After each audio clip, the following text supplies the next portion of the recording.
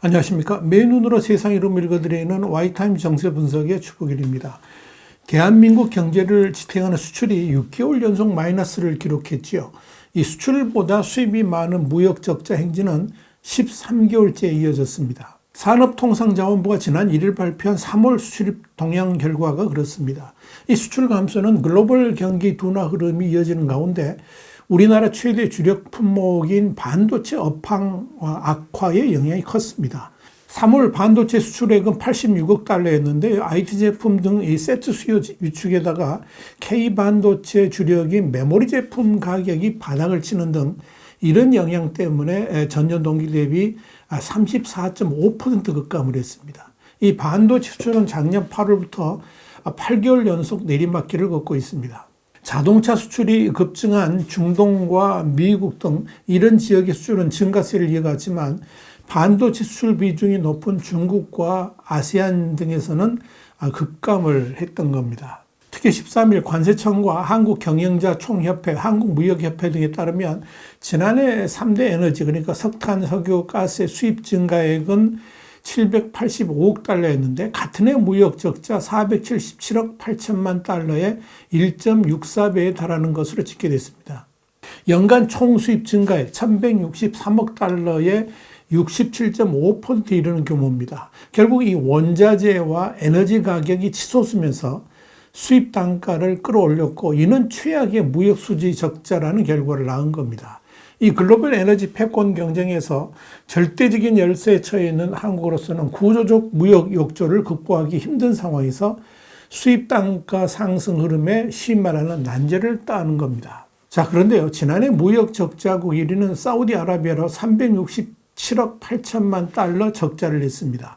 이는 2021년 3위에서 2단계 올라선 수치입니다. 반면 최대 무역 적자국 1위를 고수해왔던 일본이 3위로 내려앉았습니다. 반면 무역 흑자국 3위였던 중국이 22위로 내려앉았고 2위였던 베트남은 342억 4천만 달러 흑자로 1위로 올라섰습니다. 여기서 주목할 것은 중국과의 무역에서 엄청난 변화가 돋보인다는 점입니다.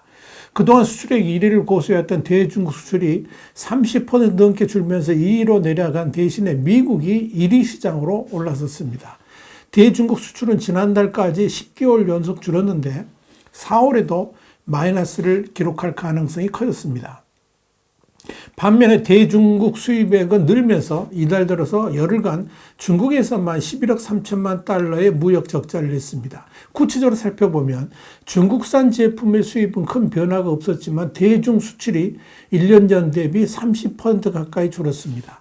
이렇게 중국에 대한 수출 부진이 고착될 가능성에 대해서 미국을 방문 중인 추경호 부총리 겸 기획재정부 장관은 현지 시간으로 10일 한국이 중국과의 교역에서 많은 흑자를 보는 시대는 지난 것 같다라고 평가를 했습니다. 다만 그는 중국 제조업이 활성화되면 우리 수출로도 연결될 것이고 중국 관광객의 소비 수요는 우리나라 서비스 수출 쪽으로도 긍정적인 영향을 미칠 것이라 그러면서 이 중국 경제가 살아나면 시차를 두고 한국 경제도 영향을 미칠 것이다 이렇게 분석을 했습니다. 대중국 무역 적자가 이렇게 극심한 이유는 과연 뭘까요? 친중적인 성향의 학자들이라든지 정치인들이 말하는 것처럼 대한민국이 미국과 너무 밀착되면서 중국과의 디커플링 때문에 무역 적자도 심해지는 것일까요? 결론부터 말씀드리자면 그런 정치 외교적 원인과 대중국 무역 적자는 아무런 인과관계가 없습니다.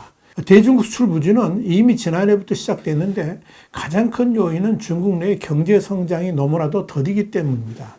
다시 말씀드려서 중국이 제로 코로나 정책을 거두면서 리오프닝을 했지만 이미 4개월여가 지났음에도 중국 내 소비 시장이 거의 살아나질 않고 있습니다. 당연히 이로 인한 한국 기업들의 낙수 효과도 미미한 겁니다. 또 하나 중국의 수출이 늘어나지 않는 것도 한국 경제에 부정적 영향을 미쳤습니다. 중국의 수출이 늘어나면 중국의 중간재와 부품 등을 수출하는 우리의 대중 수출도 같이 늘어나서 서로 윈윈하는 무역 구조였는데 지난해에는 이런 모습이 나타나지 않았던 겁니다. 그러다 보니까 중국은 재작년까지 우리의 무역 흑자국 1, 3위에서 빠지지 않았지만 작년에는 이 순위가 22위까지 내려갔던 겁니다. 이렇게 한중 수출 동조화 현상이 약화되면서 중국의 경제 성장이 한계점에 도달했다는 피크 차이나 주장마저도 나오고 있는 겁니다. 물론 구조적 요인도 있습니다. 중국은 이제 우리와 같은 수출 품목을 놓고 서로 경쟁하는 경우가 많아졌습니다. 중국은 배터리 소재인 정밀화학이라든지 무선통신 부분 같은 이런 중간재 분야에서 지난 2년 연속 두 자릿수 수출 증가세를 보였습니다. 중국 전체 수출의 절반이 중간재일 정도로 많은 비중을 차지하고 있다는 거죠. 이는 중국 산업의 구조가 상당한 변화를 일으키고 있다는 것을 의미합니다. 더 이상 우리 중간재를 받아서 완성품을 수출하는 보완 관계가 아니다는 거죠. 그렇다면 우리의 수출 전략도 이제는 변해야만 되는 겁니다. 이와 함께 중국이 저가, 범용 제품이 아니라 고부가 가치 분야에서도 우리의 턱 밑까지 올라왔다는 사실을 인식해야 됩니다. 결국 중국과의 기술 경쟁력 격차를 유지하지 못하면 한국 경제는 설 자리가 급격히 좁아질 것이라는 점을 인식해야만 하는 겁니다.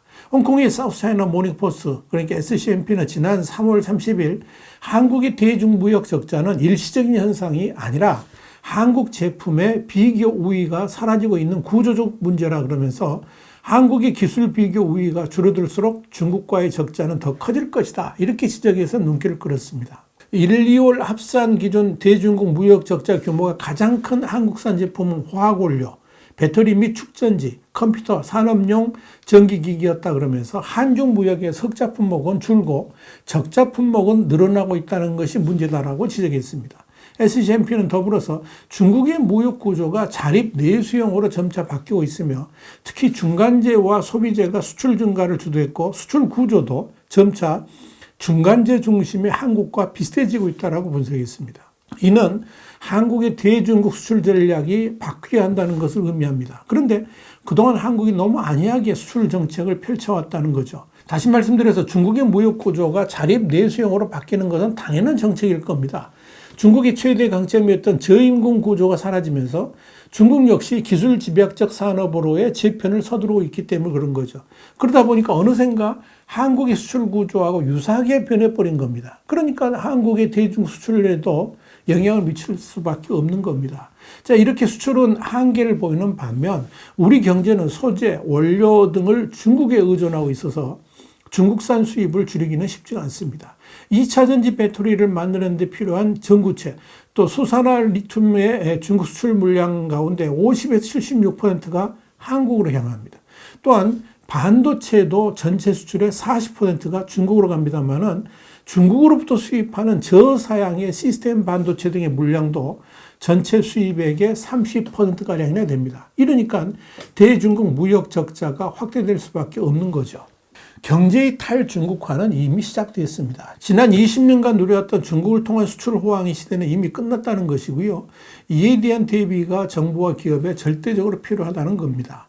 물론 한국 기업들이 지난 30여 년간 중국을 생산기지와 소비시장으로 활용하는 성장 전략을 구사해 왔다는 점에서 이를 단시간에 바꾼다는 것은 쉬운 일이 아니지만 어차피 다가온 현실에 이젠 적응할 수밖에 없는 겁니다. 그렇다면 기업들도 언젠가는 다가올 것이라고 예상했던 탈중국화 시기가 예상보다 앞당겨지고 있다고 보고 이를 극복하기 위한 새로운 전략들을 짜야만 하는 겁니다.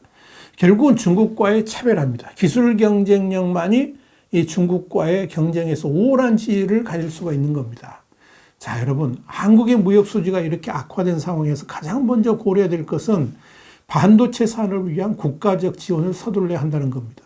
지금의 무역 적자를 초래한 가장 큰 요인은 역시 반도체 수출 부진이었습니다. 아마도 하반기에 접어들면서 반도체 가격도 신규 서버 중앙 처리 장치, 그러니까 CPU 출시 등으로 반등하게 될 겁니다만은 중국과 반도체 시장의 회복세만 기대하기보다는 경기 변동에 민감한 메모리 반도체에 대한 편중에서 탈피하는 구체적인 전략 수립도 필요하고 동시에 설계, 파운드리, 그러니까 반도체 유탁 생산, 장비, 이런 반도체 전반의 산업 경쟁력을 끌어올리기 위한 장기적인 대책도 필요할 겁니다. 중요한 코멘트 하나 드리죠. 지난 1980년대 미국을 추월하려는 일본을 잡기위해서 엔화 가치를 강제로 절상시킨 플라자 합의를 시행했습니다.